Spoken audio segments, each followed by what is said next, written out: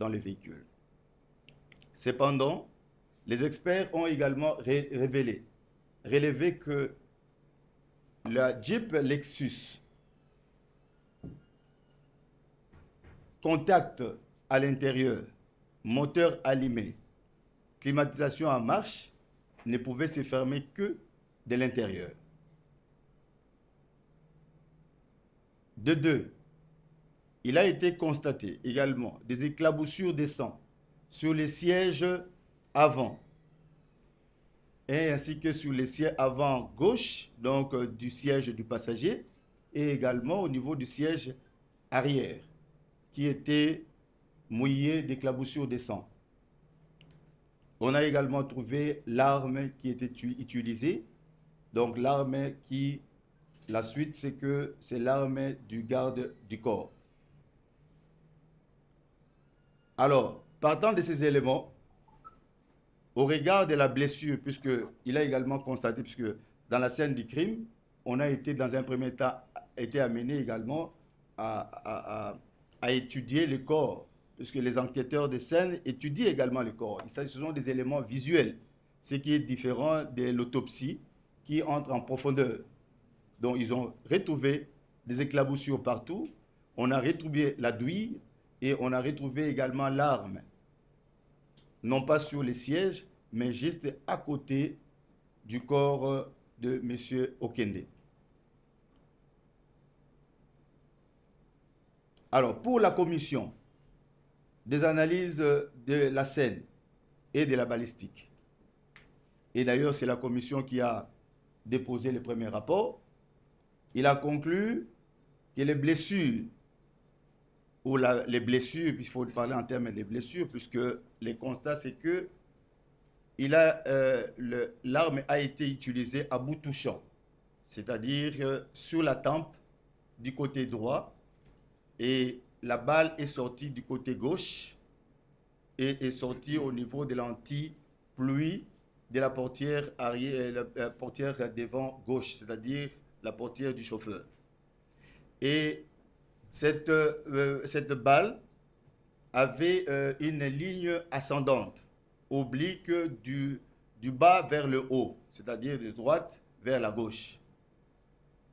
Deuxième élément, c'est que l'arme utilisée et c'était enrayé après la première sortie, après la première utilisation. Donc l'arme s'était enrayée et la conclusion de la commission c'était qu'il est impossible, premier élément, qu'on puisse, disons, comment dirais-je, donc on ne peut pas, en utilisant l'arme, et que si quelqu'un était avec lui dans le véhicule, il est impossible qu'on puisse trouver des éclaboussures de sang dans le siège. La conclusion, c'est qu'il était seul dans le véhicule. Puisque au niveau du siège chauffeur et passager, il y avait sa veste, il y avait deux appareils et le tout était imbibé de gouttes de sang. Et la morpho-analyse des traces de sang, qui est une spécialité également, a révélé que c'était des projections après l'impact de la balle au niveau de la tempe. Donc si quelqu'un était au niveau de ces sièges, on ne pouvait pas trouver du sang sur les sièges et également sur les habits et téléphones qui s'y trouvaient. De même, également au niveau du siège arrière, c'était également imbibé des gouttelettes de sang issues de cette projection du fait de l'impact des sang. Et les trajectoires également. La trajectoire également de la balle, du bas vers le haut, gauche vers droite, indiquait que la personne a utilisé contre elle-même l'arme.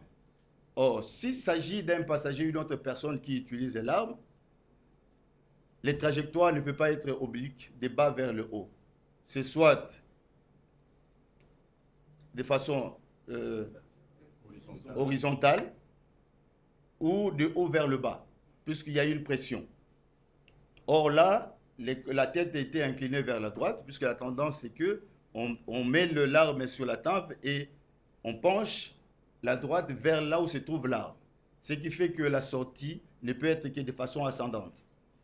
Ce qui a fait que la commission, après ces éléments, ait conclu à ce que les défunts s'étaient auto-infligé ces blessures. Ce qui du reste a été également confirmé par l'autopsie. L'autopsie, qui a été précédée d'abord par un examen de scanner, a confirmé par la présence de poudre de balle à l'entrée de l'orifice de la plaie au niveau du côté droit, qu'effectivement que cela ne pouvait se faire que lorsque on tire à bout touchant.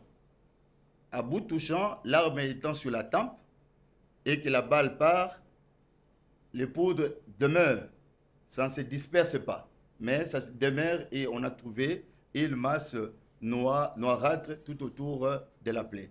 Ce qui a confirmé ce que les experts en balistique avaient déjà dit dans leur premier rapport. Et la conclusion, c'est que M. Chéribin Okende est mort à la suite de l'hémorragie résultant de la blessure ou des blessures causées par l'arme par lui-même utilisée ces jours. Voilà la conclusion de l'autopsie. Mais au regard de ce qui se disait,